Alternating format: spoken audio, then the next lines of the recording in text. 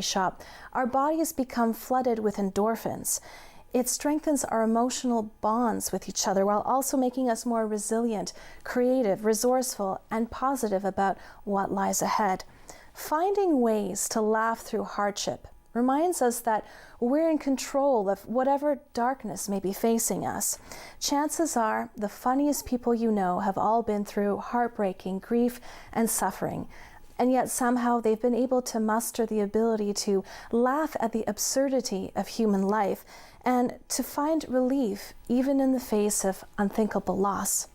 Now, you may think that you're not naturally funny, but the truth is anyone can be funny, and there are very few circumstances in which humor cannot be found. Humor is a skill that anyone can learn, and to help you find humor in even the most difficult circumstances is a very special panel of guests tonight. First, I'm delighted to introduce Andrew Tarvin. Andrew, who goes by Drew, is the CEO of Humour That Works. It's a leadership development company that teaches professionals how to use humor to get better business results. Drew has partnered with top organizations around the world, including IBM, the United Nations, and the FBI, to solve problems with humor, human challenges with humor. His TED Talk on the skill of humor has been viewed online more than 9 million times, and only half of that, he assures us, has been by his mom. Welcome to the show, Drew. Thank you so much for joining us. Thank you, Barbara. I'm delighted to be here, and you're exactly spot on of like how valuable, important humor is in these, unprecedented times, which we know are unprecedented times because of the unprecedented number of times we've called them unprecedented times. I couldn't agree with you more, and I'm tired of the expression myself, but I can't wait to do a deep dive into that later in the show. But I want to welcome our next guest, Ron Blake. Sometimes when our light goes on, it can flame back up again through an encounter with another human being. And for Ron Blake, that human being was late-night talk show host Stephen Colbert. One night in 2011, when Blake was sleeping, 3 men came into his loft, held him down, and sexually assaulted him. Later, while contemplating suicide with a bottle of pills at his side, he was watching Late Night with Stephen Colbert, and shockingly, he found himself laughing. That unexpected laughter is what launched a 6-year cross-continental journey of sharing his story. That journey has involved meeting over 32,000 strangers who have written their stories of triumph in 94 languages on almost 500 foam poster boards. Blake is a TEDx speaker whose ultimate goal is, you guessed it, to become a guest on the Late Night Show with Stephen Colbert. Thank you so much for joining us, Blake. Well, thanks for having me, Barbara. And I was telling some of my friends and family, I'm really glad you're giving me this chance to do this, because a lot of times I've done interviews over the last 5 or 6 years, and a lot of people just focus on the really serious aspects of what I've been through. And I think we should. There's a place for that. But I also want people to be able to see there's also a place to look beyond the trauma. And there's a lot of comedy. There's been a lot of funny. Hopefully I can share some of the funny moments that I've had on this journey to to get on the Late Show with Stephen Colbert. So I'm really glad you're giving me this chance to let people see that side of it. Well, the pleasure is mutual, and thank you so much for your courage and for sharing your journey with us. Before we get into what that journey has looked like for you, I want to mention a third guest who will be joining us later tonight, and that's Steve Sultanoff. Steve is a psychologist, professor, a speaker, and an internationally recognized expert on therapeutic humor. He is the past president of the Association for Applied and Therapeutic Humor, and he's written many articles on the subject over his more than 30 years in the field. Steve appears on the online show What's Your Ailment, and he's also appeared on the morning show Lifetime and PBS, among many others, so he'll be joining us a little bit later tonight. So I'd like to start off the show by asking each one of you, how have you used humor to get what you want, whether it's a client outcome or for permission or calling in a favor? How have you used the skill of humor to get to where you want to go? Let's start with you, Drew. Yeah, certainly. I mean, I think, I've used humor in a lot of different ways, and that's the engineer side of me. So kind of by short background, what you see up there on the wall is a degree from The Ohio State University in computer science. That's the whole reason it's there, is just for me to be able to point to that. But I use humor as a way to be more effective with people. Because I remember being in this meeting at Procter & Gamble, where I started my career before. And this meeting was one where it was incredibly boring meeting. And Barbara, I don't know if you've been in one of those meetings before where it's like so boring you almost want to cry. One of those meetings that could have been an email? Yes, exactly. It's one of the meetings that whole time you're like, this should have been an email, maybe a WhatsApp message. And you just start brainstorming all the other things you wish you could be doing instead of being in that meeting. You're like, man, I wish I could like fold laundry now, which is something that we can actually do in the pandemic. Or you're like, maybe I should schedule a root canal just so I feel something. Been there, and done that. The problem with, you've been there, right? We've all been there. The problem for me in this particular meeting was that I was the one leading the meeting. And I had this realization where it's like, wow, if I'm bored while talking, the audience has to be bored while listening. And I had a bit of this existential crisis where I was like, oh no, is this the rest of my career? Do I spend the rest of my career going from boring meeting to countless emails back to boring meetings? And so I was talking with a friend about it, and he was like, why don't you just solve the problem of boredom? He's like, he loves solving problems, which is true. Like, I'm an engineer. I do like Sudoku and Kin for fun. I don't think of them as math problems, but math opportunities. I love solving problems. And so I was like, can I solve this problem of boredom? And so I started to bring in more humor into my work, some stuff that I had learned through improv and stand-up. And what I found was that as I incorporated more humor, adding jokes to my emails or teaching improv exercises to my team members, I got better results. It led to people actually showing up to my meeting. I had more fun in my meeting, so did they. It led to people actually reading and responding to my emails. It led to better results in the workplace. And that kind of got me on this journey to say, okay, how can I be more intentional about using humor in my everyday life for both professional and personal reasons? And the funny thing about it, Drew, and I use this term ironically, is that when you went back to your high school reunion, your former classmates said, but you were never funny when we were in school together. That is absolutely correct. And part of it's the degree thing. So if you know your personality assessments, I am a type A blue square conscientious INTJ with the sign of Aquarius. And that basically means that I am a stubborn, ambitious introvert who likes long walks on the beach by myself. But what I realized is that we are not our personality assessments. I very much had to learn this skill of humor. As you mentioned, my high school classmates did not think I was a funny person. People are still sometimes surprised by it. But humor is a skill, which means it can be learned. And that's what we do. And that's what my focus is on, is how do we teach people that skill of humor so that they can be more confident in their work, so that they can get better sales results, so that they can overcome some of the challenges and stress that they're dealing with day to day. And, it's not something that we're born able to do. It's not encoded into our DNA of whether or not we can tell a joke. It is something that we can learn. And what we say is we believe anyone can learn to be funnier. You're not going to watch one program and immediately have a Netflix comedy special waiting for you, but we can teach you some of the principles of what it means to use humor effectively. Drew, I would love to hear more about some of the exercises that you take your clients through, but I want to go back to Blake. And Blake, you, in our conversations earlier, you painted a very visceral picture of how comedy quite literally saved your life. But I'm interested in hearing about the little moments along the way, certainly in the last 6 years, of how humor, comedy, and laughter have played a role in kind of forcing you to keep going and pushing ahead. I'm sure you have many funny stories to tell. Oh my gosh. Yeah, when you meet over 32,000 strangers and they start opening up to you, people are going to tell you everything, and they have. And I feel like when, vulnerability begets vulnerability. And so that's what started happening. I know Drew was saying that, it's a skill that you can learn to be funny, but anybody, I feel like, can be funny at any given moment. And so that's what I had to start realizing, is that it's always there with you. But at times I feel like we almost want to be given permission to be funny. And we feel like we can't be creative, but we truly can. And so I started finding that side on this journey. I thought, I could either focus on all the bad things that have happened to me, or I could start focusing on these incredible funny moments and these entertaining moments. And And a lot of people have given me. I mean, I I feel like Trevor Noah or Samantha Bee would love to be me, because these people that I meet, these strangers, they're giving me all the material I need to share these funny stories. So it's right there in front of us all. I think we just have to give ourselves permission to grab it, to use it, and it can help us in our daily lives. It's just, you know, and I love that Star Wars quote that says, your focus determines your reality.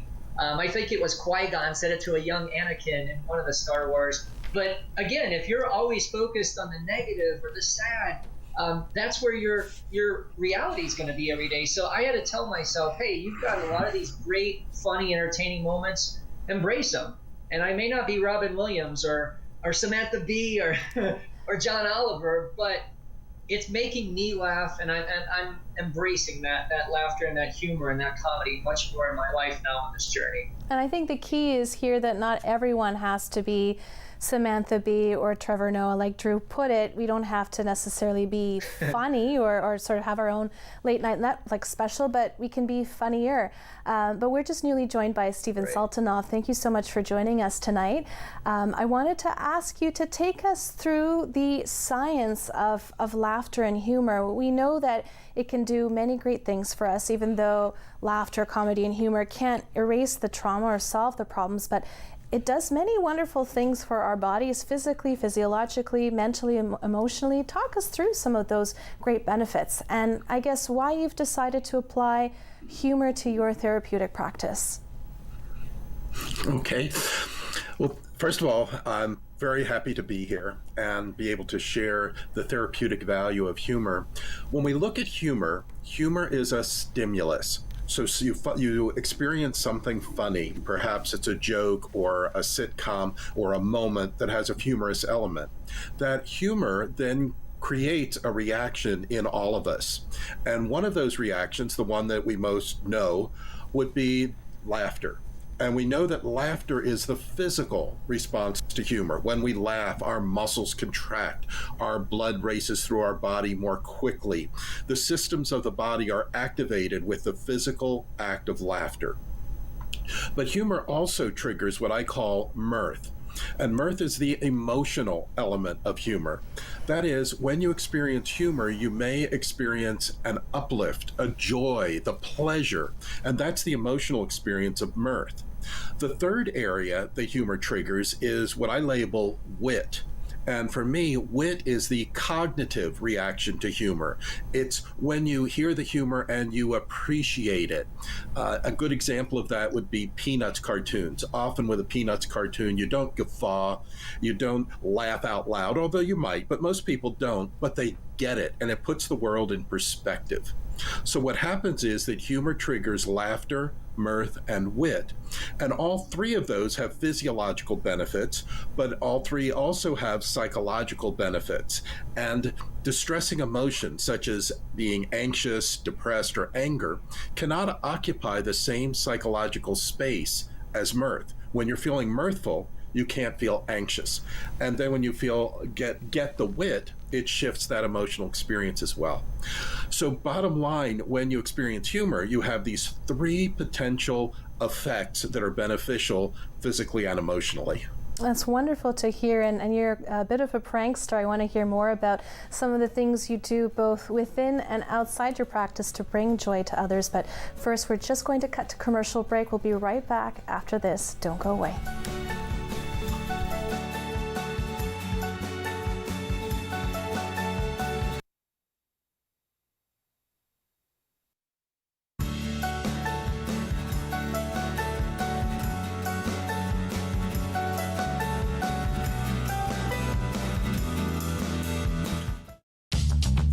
This program is brought to you by Ignite TV. Now you're in command. Visit Rogers.com for more details.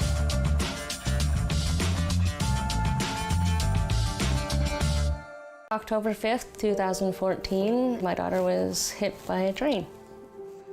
She was walking along the sides of the tracks, and it shattered her world.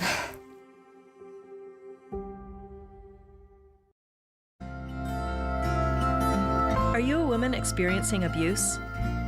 Do you know a woman experiencing abuse? Help is available any time of day or night. Sheltersafe.ca is an online map that helps you find a women's shelter or transition house that meets your needs so you can live a life free from violence. Sheltersafe.ca. Help is just a click away.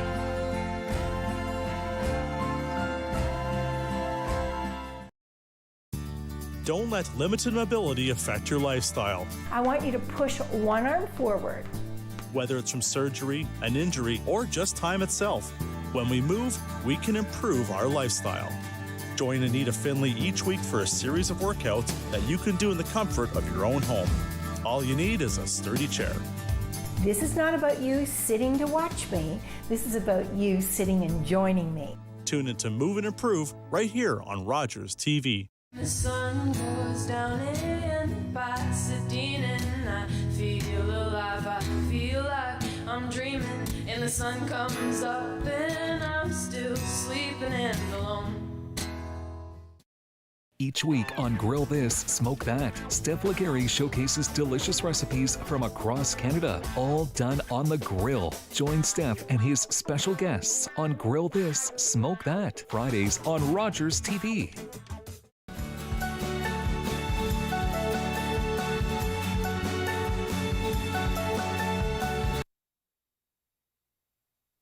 Welcome back to Ottawa Experts. I'm your host, Barbara Balfour. As long as the human spirit survives, we will always be looking for light in the darkness and for comedy in the most unthinkable of tragedies. The good news is that humor and being funny are skills that anyone can master. And joining us tonight on the show are very special guests, Ron Blake, Drew Tarvin, and Stephen Sultanoff.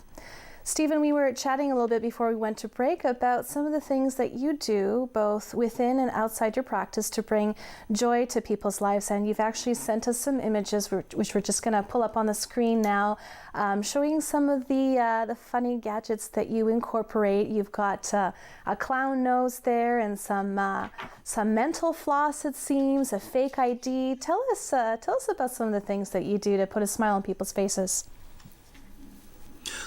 Well, one of the things I believe is that humor is not, like in my case, just when I do psychotherapy, but I try to weave it into the fabric of my life and then promote it with others. So one of my favorite things is in my wallet, I have an Elvis driver's license.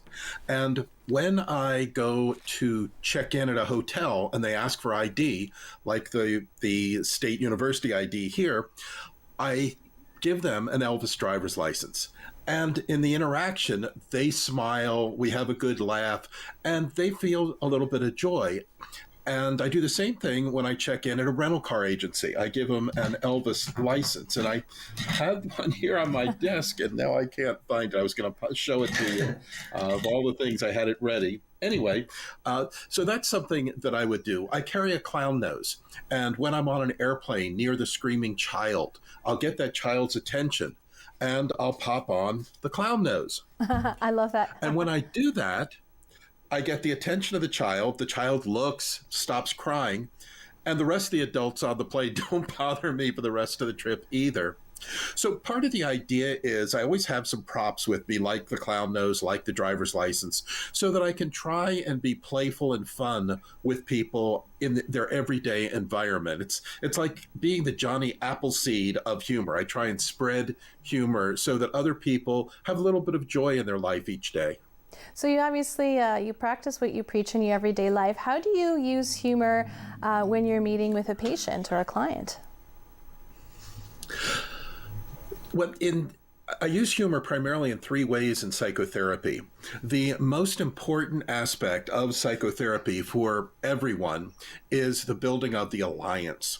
So I'll use humor to build the relationship with the client. I'll use some kind of playful humor with the client, maybe tease the client, maybe share a story or a joke that's relevant to the client's presentation. So I use it in that way to build the relationship. Where I go beyond where most people go in using humor is I use it as a diagnostic tool as well as a treatment tool. I can use humor to test changes in their thinking. If they get a joke, that means they are thinking one way as opposed to if they don't get the humor. And then I can use it as a treatment. In fact, one of the ways that anybody listening could use humor as treatment. A very simple thing is I'll ask my clients to make a humor visualization. Think of a time that they laughed so hard that they fell down, or so hard that tears rolled down their cheeks, or so hard that tears rolled down their legs. So in taking that vision, what happens is it returns them to that moment when they had this humorous moment, this funny moment, and that reactivates the body into that moment. It immediately relieves the emotional distress. And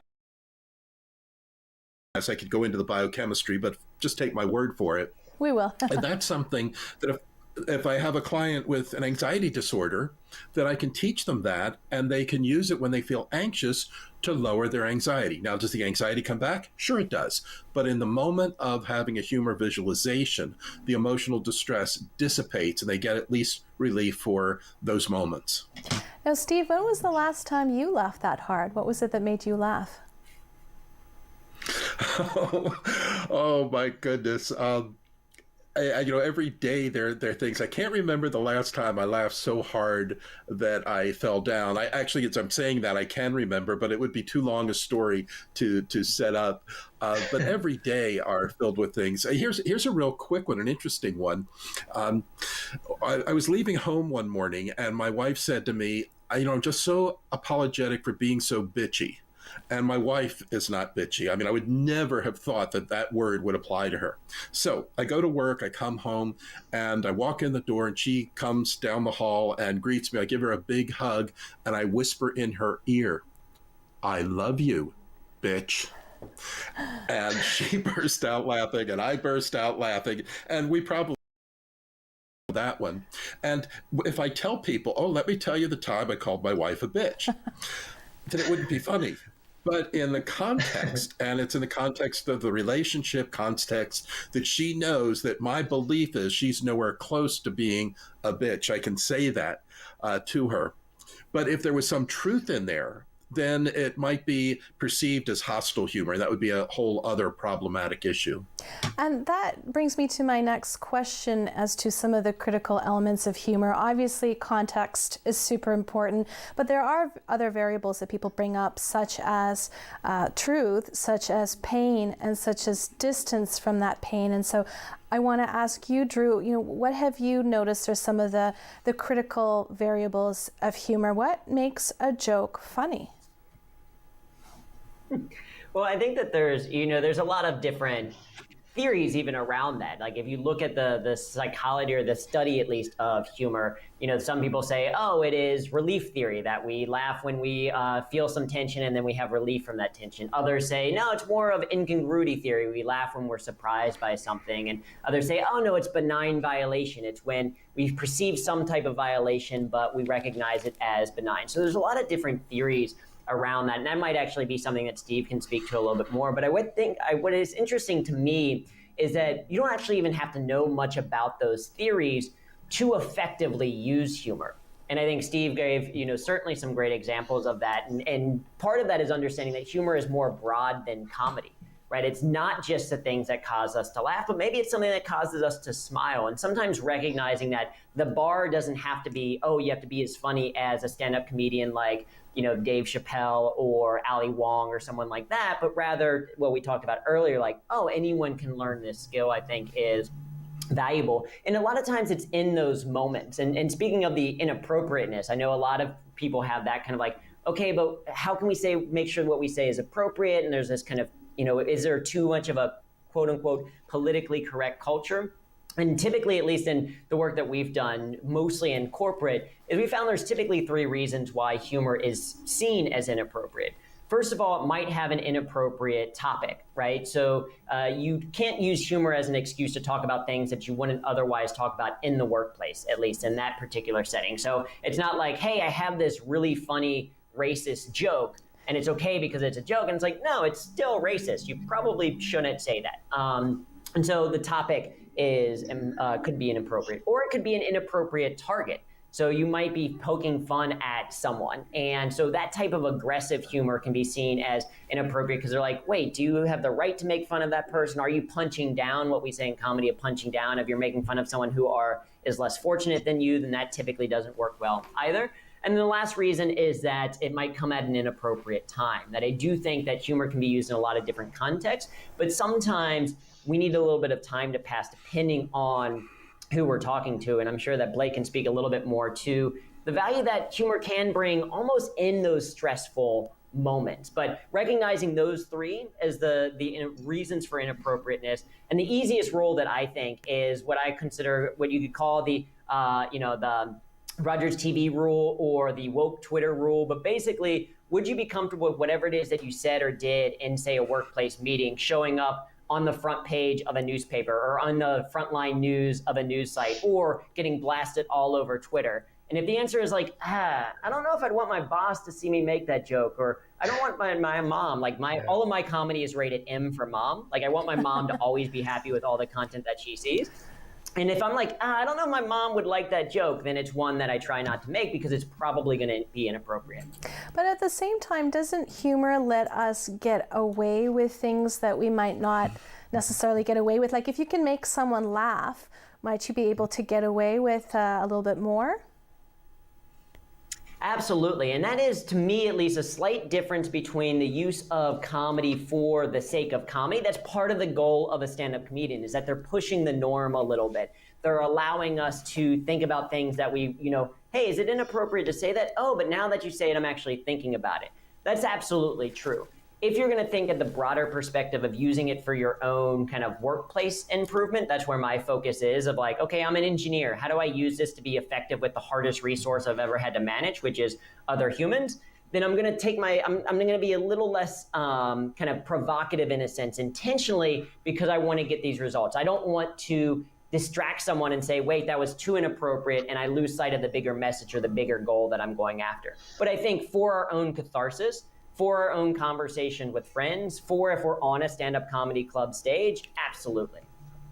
I'd love to hear more about that, but we're just about to head to commercial break. When we come back, we'll hear more about Ron Blake's personal journey. We'll be right back after this.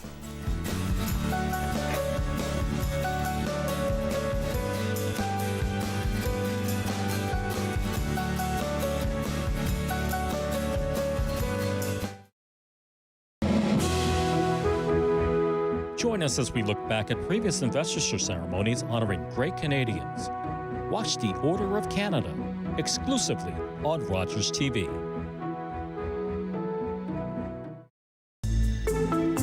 Just once in a while, at parties and stuff. If that's what your kid says, they'll probably also tell you that it's not a big deal. But that's no reason not to talk about it. You could tell them that you think that's a good thing and that you're really happy they don't use it that often. Then ask them why. Maybe deep down they know it's bad. They just need your help realizing it. From there, it should be pretty easy to drop off the hint that their brain is still growing and that they shouldn't smoke pot. At least not until they're older. Visit drugfreekidscanada.org for more tools to help start the conversation. Power to rewrite history is mine. Heads up. Someone's been the busiest little beaver. Do you know what memory it is that I most cherish? It's of your turning to me with that smile once you realized that you were loved. Why are we to be separated?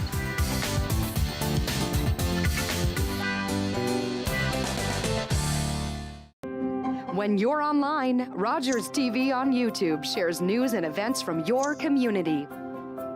Like messages from local leaders, updates on the latest health news, local business presenting their new offerings, and how our local communities are working their way through these unprecedented times. Visit and subscribe to Rogers TV on YouTube for the latest local information. Every year, dozens of Canadians are killed or seriously injured because they take risks around railway tracks. Talk to your loved ones about rail safety. Visit stoptracktragedies.ca.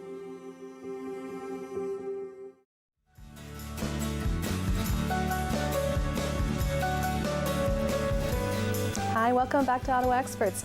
I'm your host, Barbara Balfour. On tonight's show, we're talking about how to use humor to navigate difficult circumstances. And if there's anyone who knows the answer to that question, it's one of our guests tonight, Ron Blake. Blake, you've had quite the incredible journey, a cross-continental journey, sharing stories of triumph and hope through incredible adversity. You sent us some images of your journey that we'll pull up on the screen here in a minute. Tell us about what sparked it, and more importantly, what helps you keep going? What helps you maintain a good mood on a bad day? Well, I think the best way to start off is, it sounds terribly sad to say this, but I have to start off with what happened to me. I went through a trauma. I almost lost my life in a rape after 3 men came into my home. But I struggled badly with PTSD for a couple of years. And there was finally a night, it was about 5.5 years ago, I woke up from yet another nightmare. I was done. And I couldn't tell the difference between reality and your nightmares anymore. And at that point, when I woke up that night, I just said, this is it. I'm going to take these pills and it'll be over with, because I was in incredible pain. But for some reason, I looked at the television and it was still on. It would always go off because I would set a timer. But when I woke up that particular night, this TV was on, and there was this show called The Late Show with Stephen Colbert, and something on there made me laugh. And I remember I just paused that show, and I just thought, like, was this the universe? Is this a higher power that just intervened? And at that moment, I said, I'm going to get on this show someday. I'm going to tell my story. I'm going to talk about what happened to me. I'm not going to isolate myself. And that's what started it all. So every day for 5.5 years, I've gone out, met strangers. I walk up to them and I ask them if they want to sign support for my effort to get on that show. And it took on a life of its own. I mean, like, I think you had mentioned, like, I've done a TEDx talk. There's even been an Emmy-nominated documentary. These group of students followed me around for 3 months to see, but they wanted to share, like, what was happening. And as this journey has continued, again, I've had some incredibly entertaining, funny, humorous moments. And that's what I thought. We need to really start getting that out there and sharing this with the world, because the people that I was meeting were impacting me. They were leaving these stories on these giant boards with me. And I thought, well, this is really incumbent upon me to share this with the world, not just with myself. So when I get opportunities with you, Barbara, to do something like this, this opens it up. It allows people to see what I've been seeing. And I have that choice. I can either focus on all the bad that's happened to me, or I can start focusing on what all these good and amazing moments that I'm having now. It's our pleasure to have you on the show tonight. Share some of those moments along the way. What has stood out for you the most in the last 6 years? What has kept you going? Oh, well, and really what's kept me going is I always remember that moment. Like when I had that laughter come out of me on that fateful night, a lot of people ask me also, hey, Blake, what was the joke that kept you going? And I have no clue what it is. So when somebody in the audience will raise their hand when I speak at an event, they're like, how do you not know what the joke was? I said, well, you guys are really missing what was the most important part of that night for me. It wasn't the joke. It was literally, I focused on the fact that something good was coming out of me. I was laughing. And it was just so powerful. The power, again, of just laughter. And it really was emanating from me. So what's kept me going, people think sometimes I've gone mad and think, why would you spend 14,000 hours of your life to get on some show for 5 minutes? Like, what keeps you going? But that truly is the power of laughter right there. And I always remember that moment. And that pushes me forward. Even when I have a really rough day, a challenging day, I've had a lot of challenges on this journey. I've been in a car accident. I was diagnosed with a traumatic brain injury. I've been it's not a shock. I live in the desert here in Phoenix. So I've met people in 119-degree heat. I've been in snowstorms in other parts of the country. So you have to have something that pushes you forward. And again, going back to these folks that I've met, the stories they share with me. And at some point, like if you guys want to know, I can share a couple of those before we're done tonight. But there are some really good ones and things that at the time I thought, is this really happening to me? Like, this is like, I feel like, again, like these people are giving me a script for like a comedy special sometimes. And I don't think that they're intending to do it, but I think by human nature, we're going to do some some really goofy things in our life. We're going to say some goofy things. And that reminds me too that I'm not the expert like Steve and Drew are with comedy in that sense, but the way I see comedy, it's in the simplest aspects of our lives. And that's what's been happening in this journey. The people that make me laugh the most, it's these incredibly simple moments. And I feel like even as a writer, I've been writing for years for a variety of publications. And I noticed in this last year, I've gone to these super simple moments, and I've written about those, but they're very comedic moments too. So you don't have to, I don't think you have to have a PhD or an Ivy League school degree to be this great comedian. I think you just need to let go and grab those simple moments and let your creativity flow. And that's really what I've been doing over these last 5 years. It's been helping me a lot. The universe just keeps on testing you, and yet somehow you've maintained this ability to keep bouncing back and to be resilient in the face of stress. And obviously comedy and humor have a big role to play in that. I want to go back to Drew and ask you, Drew, when was the last time you laughed so hard that you almost fell down? And what keeps up your sense of humor when you're having a bad day? Because I think that's when is the most challenging to crack a joke or to smile. When everything seems to be going wrong, how do you or your clients, the people who attend your workshops, how did they get to that level? That's a great question. I mean, one of the times that I laughed recently was I like to think that I'm funny, and my wife agrees, I think, some of the time. But the other day I said something to her that was just so funny that she started laughing. And sometimes it's that contagious laughter that she just starts laughing so much that you start laughing. And the thing that I said to her that was so funny was that a potential client reached out, and they had seen my TEDx talk and enjoyed it. And so they reached out and we got onto a call, and the person was like, wow, I feel kind of like I'm talking to a celebrity. And, just because they had seen the talk and they enjoyed it. And so I told that to my wife a little bit later, and she just laughed and laughed and laughed at the idea that like someone is perceiving me as a celebrity, I think. But it was just one of those contagious laughters where it's just, she's laughing so much, then you're laughing as a result.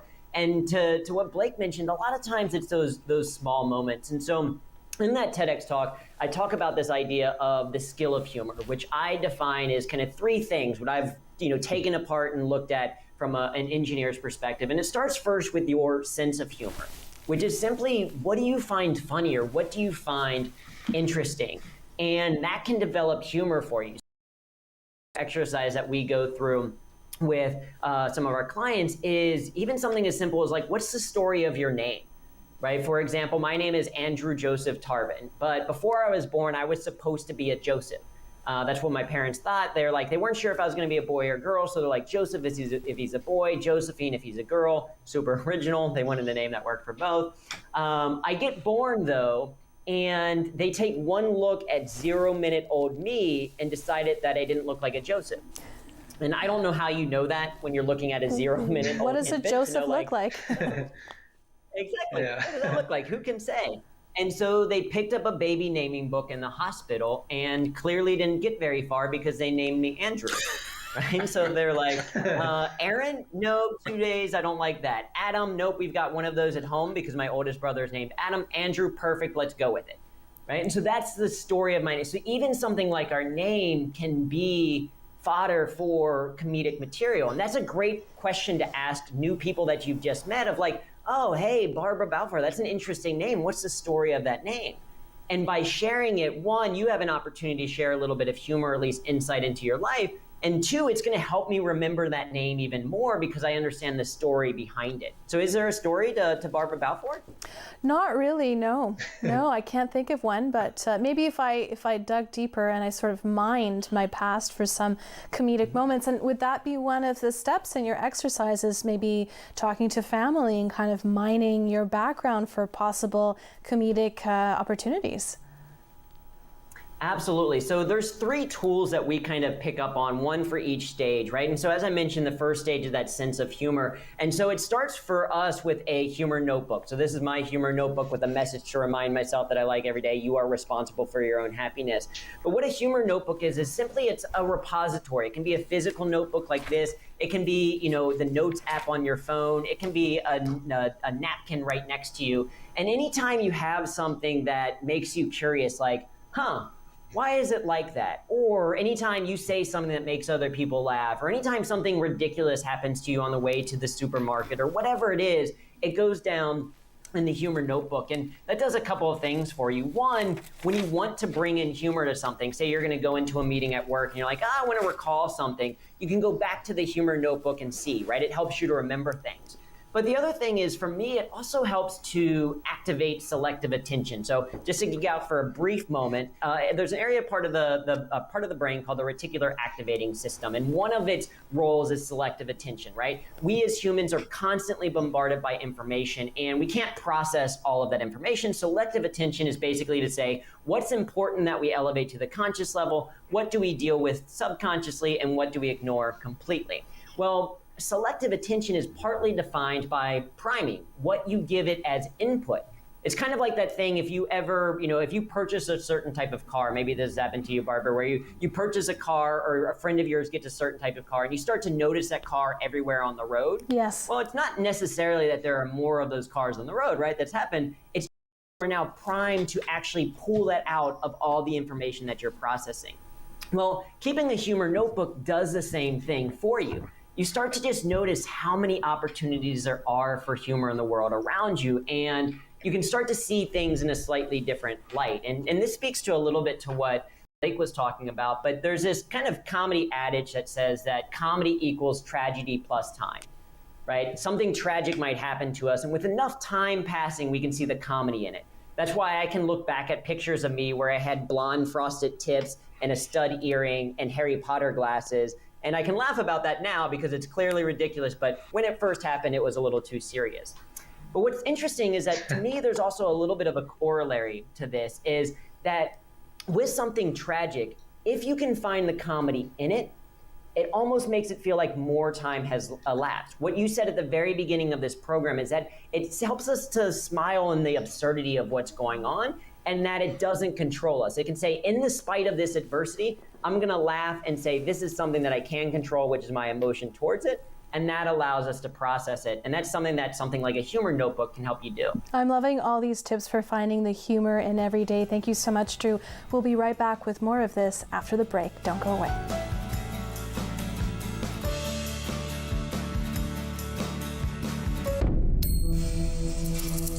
My name is Matthew Rutledge. I'm a 60 scoop survivor, born in Red Lake.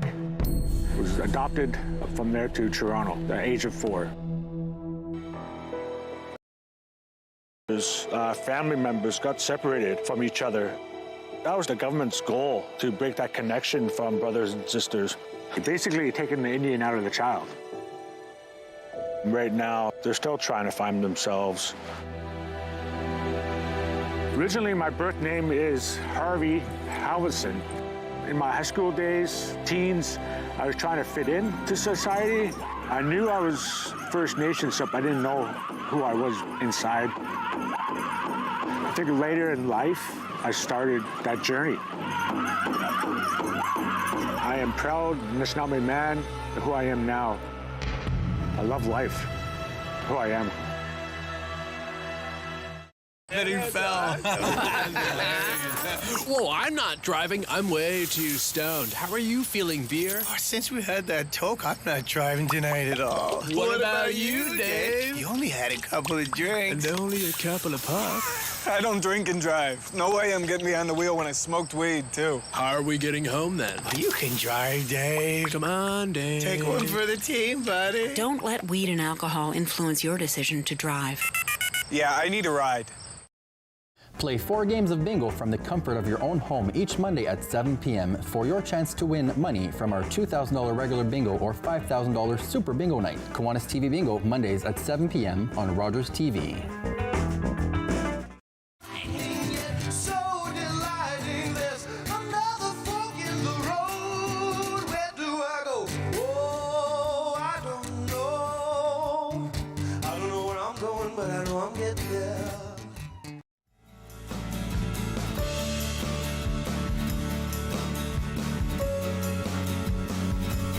Hi, I'm your host, Barbara Balfour. Welcome back to Ottawa Experts. We are talking about how to find humor in the most difficult of circumstances. Now, Drew, before we went to break, you provided our audience with some wonderful tips on how to find the humor in the everyday. Now, I also wanted to bring up that you're the author of a fantastic book, and we'll just bring up the jacket cover there. Where can we find this book? Like retailers where they share things like Amazon and Barnes & Noble, etc. The thing that I'd love to point out about that particular cover is the quotation comes from a wonderful HR manager who also happens to be my mom. I love that. I absolutely love that. And I also wanted to mention that you've got some really great free resources on your site, including 101 proven ways to increase morale, productivity, and group cohesiveness. And you also sent us a graphic that we just have on the screen now about the 6 types of humor. Talk to us about that. Appreciator, creator, ambassador, curator, performer, and engineer. I guess that's you. Yeah, absolutely. That is me in the last one. And this is just one way to think about humor, right? There's absolutely a bunch of different ways. And, Steve spoke to some earlier about his focus of mirth and wit and all of that. And this is just the way that I've kind of seen things. And because the work that we've done with more than 50,000 people all around the world is to recognize that the question isn't, are you funny? The question is, what kind of funny are you? Because we do believe that anyone can kind of learn this skill. And so some people are more appreciators. Those are people who laugh at a bunch of different things. They see the humor in everyday life. Who's great to have in an audience because they're kind of laughing even at your bad jokes. But they're just someone who is outwardly seeking humor and appreciate it, but maybe they're not someone who actively deploys it themselves. Or you might have someone who's like a curator. Curators are those people who are great at finding humorous things, and they're the ones that are always sending them in the group chat or sending you those emails that are like, here's this really funny video that I saw, or here's this meme. And they recognize that to spread humor, you don't always have to be the creator of that humor, but you can be the curator of it. Then you have creator and performer. So these are people who have a strong ability to humor. Creators tend to be people who like sit down and write. So they're the authors of the group, or maybe the poets, or even the cartoonists. Like they're going to create something that then lasts without them performing it. And then people who, kind of like my uncle David is one of the funniest people I've ever met. He's never taken a comedy class, but he's just one of those people that could tell a story about, stubbing his toe, and it'll be one of the funniest stories that you've ever heard just because of how he delivers it. You have a humor ambassador. Those are people who use humor really effectively to build relationships with people. They're the ones that you kind of go to when you just need a good laugh and you need some support. Or you then have the engineers like me who are very specific of like, okay, I'm going to use humor to achieve this specific result, to achieve this specific thing. And like I said, those are all things that anyone can learn. They can learn any one of those components and workplace. And the one key to kind of learning all of that, and this is the other kind of tool, right? So we've talked about the humor notebook as a tool. Another tool is what we would call stage time. So if you talk to almost any stand-up comedian, any improviser, any sketch artist, and they'll say nothing improves your skill of using humor like stage time. Be taking an open mic, other free resources. So we have a free open mic that takes place every Saturday. That's virtual, that anyone can join from around the world. So and how do you join that? Can we just go on your website to learn more about that? Absolutely. Just go to humorthatworks.com, and we've got an events tab right up there, and so you can learn about it. You can click on it so you can join us there. We do some improv workshops through Simon Sinek's Classroom, so you can join us for an improv workshop, right? There's all these different ways to join. The other thing, though, that I would mention is that, as Shakespeare said, all the world's a stage. So you don't have to wait for those moments to practice humor. You can post things, like my Twitter feed is mostly puns that I came up with, just to test it out to see if people like them and what people react to. Or you can text things in the group chat. You can call up your friend and be like, hey, I'm working on this story for a meeting I have a little bit later. What do you think of it? Or you can, just use it with your pet, whatever it is, just finding those opportunities to practice that skill, because humor is like any skill, you get better at it with practice and repetition. And certainly during these COVID times, we all have a little bit more free time to engage in mastering a new skill. So that's really helpful information to know. Thank you so much. Now, we only have a few minutes left before the end of our time together, unfortunately. So I wanted to go back to you, Stephen, and ask you if you have any last parting thoughts to share with our audience. As a therapist, the experience that you've had, the tips that you might offer to our viewers tonight. Okay, well, I would echo what Drew just was talking about, the different styles, and to ask yourself what style of humor fits for you, and then pursue that style. If it's one where you're an appreciator and receiving, then look for humor coming to you. If you're a creator, look to create humor. In my humor history, I would like Drew. I was not a funny guy in high school. Nobody even thought I was funny. But today, as I mentioned with props, think about if there's a prop that you might use. Earlier about my Elvis license, I want to share that with you now. Great. There's my Elvis license. And when I travel with my wife, she uses her license, and this is my wife. That's fantastic. I don't know if it's a little glary, Marilyn but Monroe. her name's Marilyn Monroe. So simple things that you can do to add humor into your life. If you're an appreciator, maybe it's watching comedy, watching your favorite sitcoms, having a humor buddy or buddies, trading humor. One of the greatest things that people can do to really connect to humor is to share it with someone else. So have somebody that every day you share something funny, not necessarily a joke. It could be a cartoon that you saw. It could be a joke. It could be a funny event that happened. And then each of you share that. It improves the bond. It makes you uplifted. So that's what I would look to. Anything you can do to increase your comic vision. Look to the humor around you. Look for what's funny around you. I'm always seeing things differently than other people. Of course, as Drew talked about, I've practiced. I was not funny.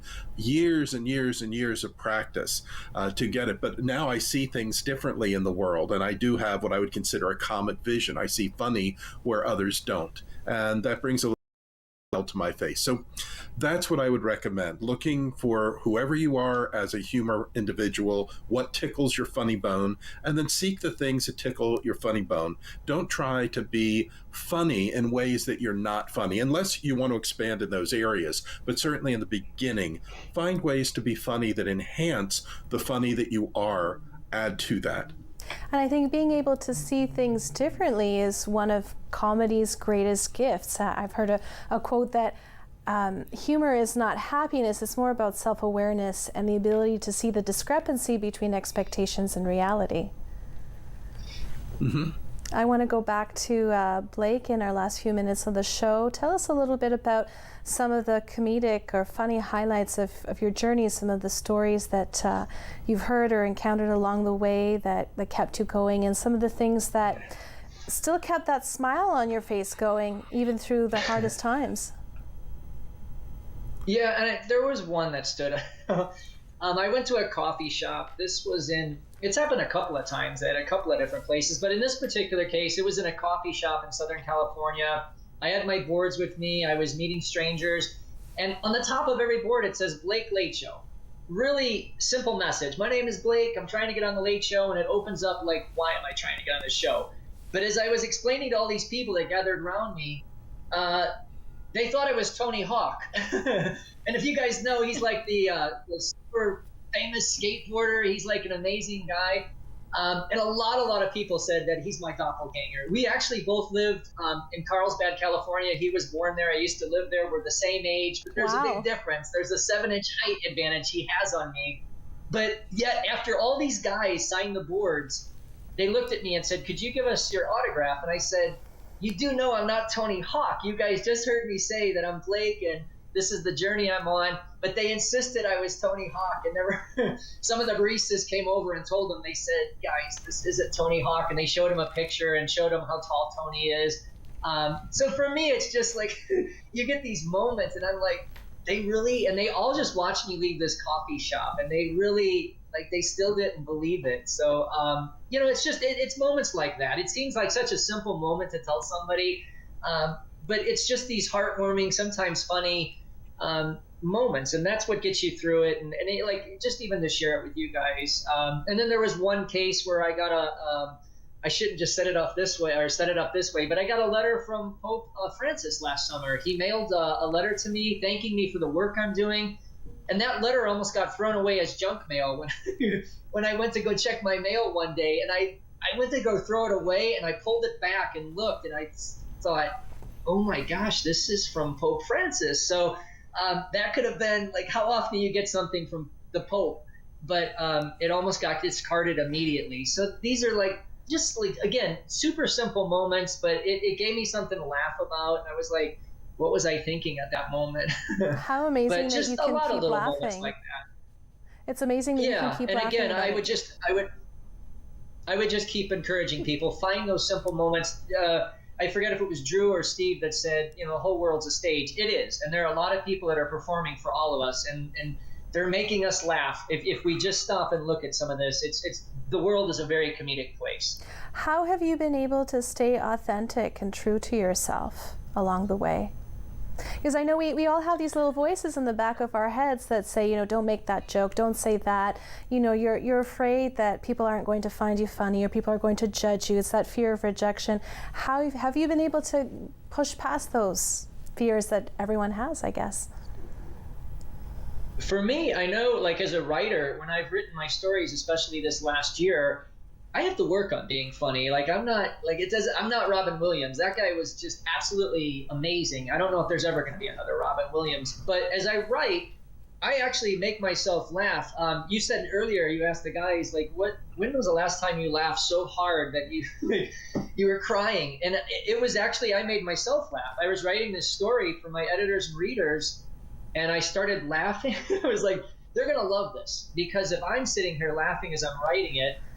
So I think just to keep yourself authentic, it sometimes just getting these stories out of me and sharing with other people, because that is my authentic voice. It's something that's inside me. I just need to get it out, and I need to share it with people.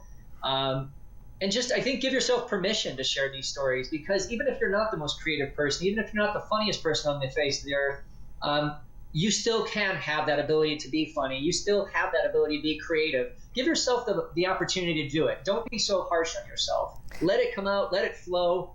I think that's the best advice I can give people. Thank you so much. It's going to keep you around a lot longer. Thank you so much, Ron Blake. You are truly an inspiration. And Steve Colbert, if you're watching this, you have to book this man on the show. I want to thank all three of you for sharing your wisdom and advice and key strategies on how we can all become funnier in our everyday lives. If you're joining us tonight, thank you so much for watching. Have a great night, and we'll see you again in the studio next week.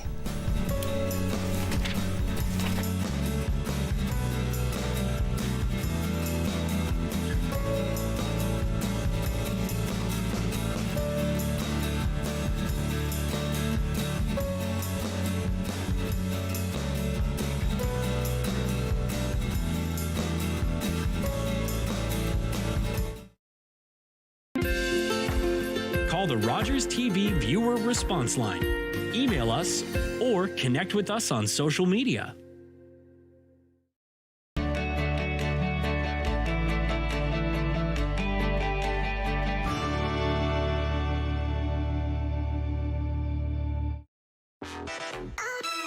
Encore Ottawa, a series of pre-recorded concerts featuring 20 of Ottawa's amazing musicians, all recent recipients of the Ottawa Music Development Fund.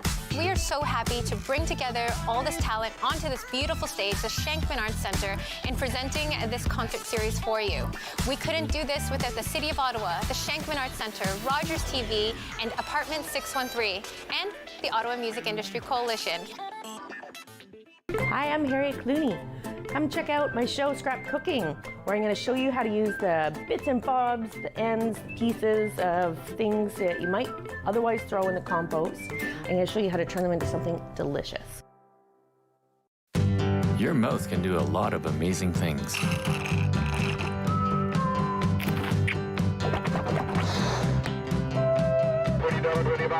And your mouth can save a life. Hi, I'm Tom Wong. I'm just one of close to 1,000 Canadians in search of a... We need your help. A simple swab is all you need to register on the National Stem Cell Database. You could be the one to save a life. Find the hero in you.